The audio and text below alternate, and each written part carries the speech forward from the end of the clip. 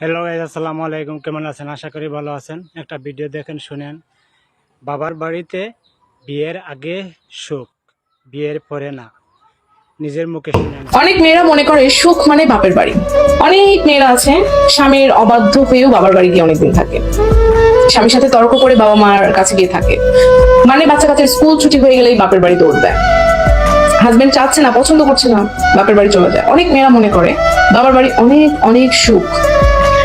কিন্তু একটি ডিভোর্সি মেয়ের কাছে গিয়ে কিছুক্ষণ জিজ্ঞেস করবেন বাবার বাড়ি কেমন সুখ, খুব ভালো অ্যান্সার দিয়ে দিবেন। বাবার বাড়ির চেয়ে জাহান্নাম আর বড় জাহান্নাম পৃথিবীতে নাই। অনেক ডিভোর্সি মেয়ের কথা শুনেছি, তাদের একটাই কথা, আমার সিদ্ধান্ত ভুল ছিল, আরেকটু যদি মানিয়ে নিতাম, আরেকটু যদি ধৈর্য ধরতাম, আরেকটু যদি অপেক্ষা করতাম, আরো 2টা বছর যদি সংসার করতাম, তাহলে আমার এই সংসারটা টিকে যেত, আমার এই ভুলটা থাকতো না, আমি অন্যের কথা শুনে এই কাজটি করেছিলাম, আমি অন্যের দ্বারা প্রভাবিত হয়ে এই কাজটি করেছিলাম। এরকম কথাই তারা শোনা যায়। এবং বিশেষ করে ডিভোর্সি মেয়েদের কাছে একটা জিনিস জিজ্ঞেস করবেন, বাবার বাড়িতে কেমন সুখ ডিভোর্সের পরে। একটা কথা বলি, প্রাপ্তবয়স্ক মেয়েদের সুখ স্বামীর বাড়িতেই, প্রাপ্তবয়স্ক ছেলেদের সুখ তাদের চাকরিতে, এর কোনো বিকল্প নাই। কারণ একটা চাকরিজীবী ছেলে যখন বেকার হয়ে আবার বাবা মার ঘাড়ে পড়ে, তখন বাবা মা তাকে আর ভালোবাসে না, কারণ এতদিন তার টাকা পয়সা দেখে ফেলেছে, এখন এই শূন্য ছেলেকে দেখতে ভালো লাগে না।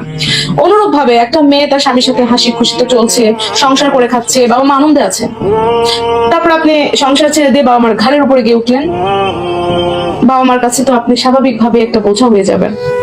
তারপর আপনাকে তারা আর ওই চোখে দেখে না। আপনি বাবা মার ঘরে যখন কিশোরী হিসেবে ছিলেন, তখন ছিলেন আপনি তাদের মেয়ে, কিন্তু আপনি তাদের ছেড়ে গিয়ে একটা সংসার করেছেন, আপনার সংসারটি আপনি রাখতে পারেননি, বাবা মার ঘাড়ে ফেরত এসেছেন, তখন আপনি কিন্তু তাদের কাছে বোঝা।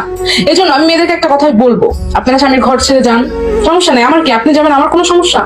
কিন্তু তারপর এতগুলো কথা কেন বলছি, আপনি যাওয়ার আগে ভাবেন। একটা কথা আছে না, ভাবিয়া করিও কাজ, করিয়া ভাবিও না। আপনি কারোর পর কথা শুনে স্বামীকে ছেড়ে দিলেন, ডিভোর্স দিয়ে চলে গেলেন, আপনি আপনার সংসার থেকে চলে গেলেন বাবা মার ঘাড়ে।